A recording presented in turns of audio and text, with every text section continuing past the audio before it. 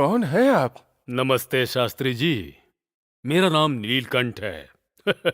आप सबकी अब छुट्टी हो गई, आप लोग जाइए। हाँ ठीक है। जाइए जाइए, आप भी जाइए। चलते हैं।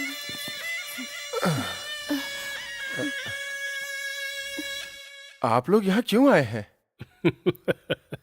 ये जगह हमें दे दीजिए, ऐसा मेरे बच्चों ने आपसे कहा था। मैंने कहा था ना कि नहीं दूंगा।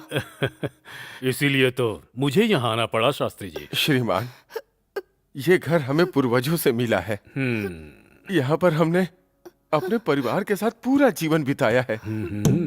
ये सिर्फ घर नहीं है, हमारे लिए मंदिर से भी बढ़कर है। ओह। कृपया ये हमसे मत छीनिए। सही कहा शास्त्री जी, मैं भी तो सबका भला ही चाहता हूँ और हर किसी को सहूलियत मिले, इसलिए यहाँ एक बिल्डिंग बनाना चाहता हूँ। जितना मांगिएगा उतने के लिए तैयार हूँ शास्त्री जी।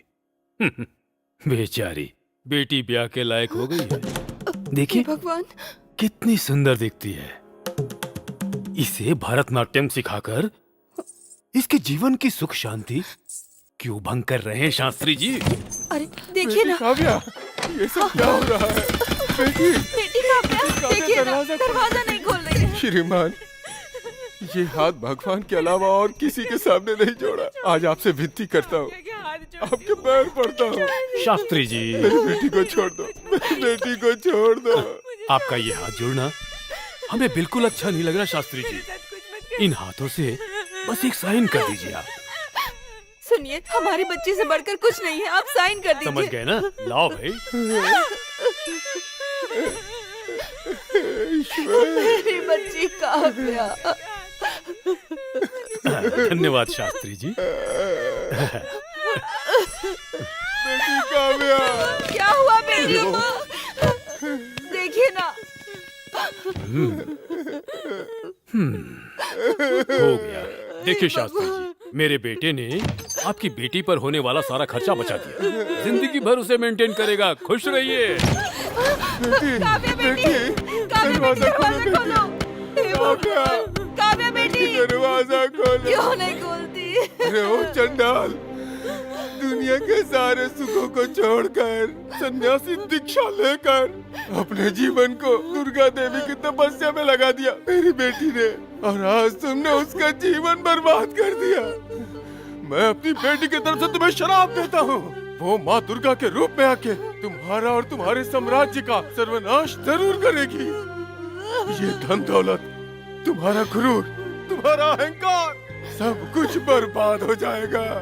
सर्वनाश होगा तुम्हारा, सर्वनाश होगा, सर्वनाश होगा।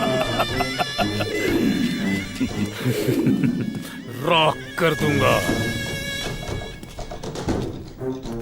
प्रख्यात संगीत विद्वान पद्मश्री शंकर शास्त्री का पूरा परिवार इलेक्ट्रिक शॉर्ट सर्किट की वजह से मारा गया।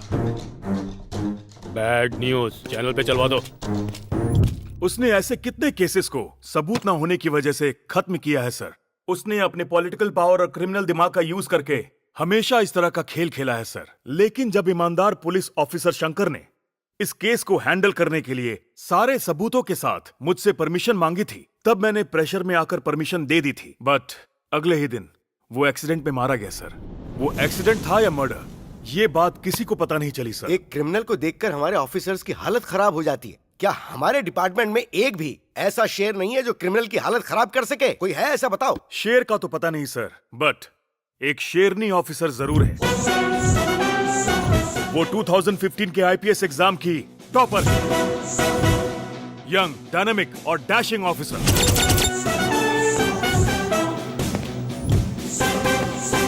क्या कह रहे हो?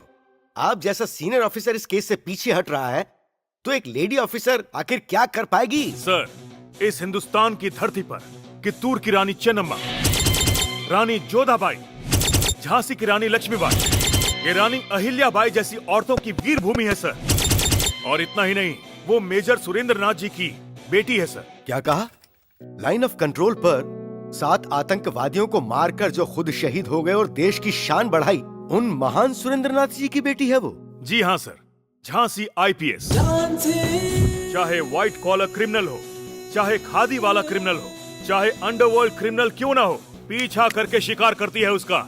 शेरनी है वो sir.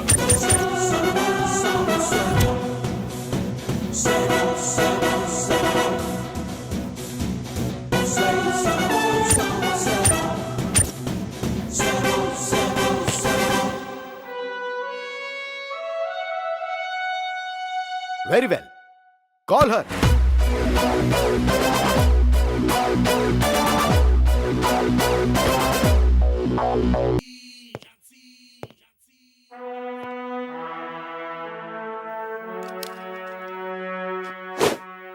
This is Jhansi IPS sir.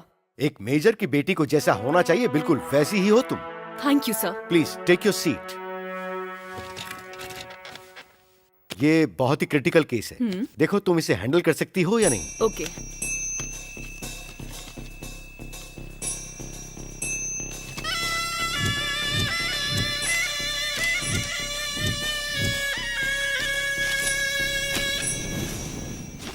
I am ready to take this case sir.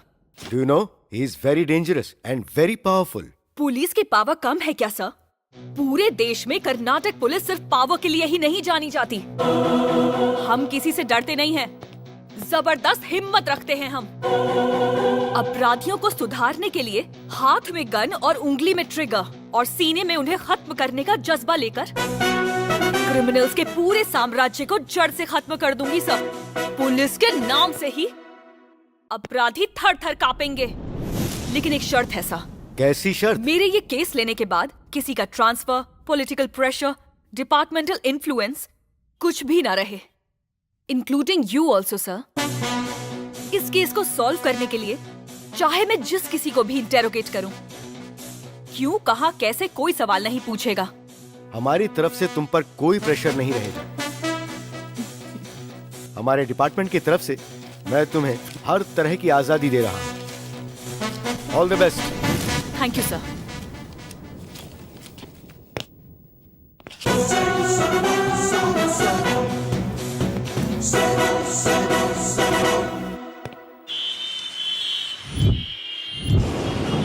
ये क्या झांसी, तुझे जिम्मेदारी का थोड़ा भी एहसास है? तुझे क्या कहूँ कुछ समझ नहीं आता। मेरा ही नसीब खराब है।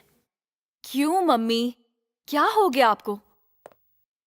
नहीं बेटा, देखो, जब शादी करने के लिए कहा तो तुमने कहा एजुकेशन कंप्लीट करने दो, ठीक है। उसके बाद कहा तो बोली आईपीएस बनूंगी। अब तो पुलिस ऑफिसर बनकर अच्छा नाम भी कमा लिया है। देखो, मेरे कहने पर तुमने अपने बेस्ट फ्रेंड कार्तिक के साथ किसी तरह एंगेजमेंट तो कर ली, लेकिन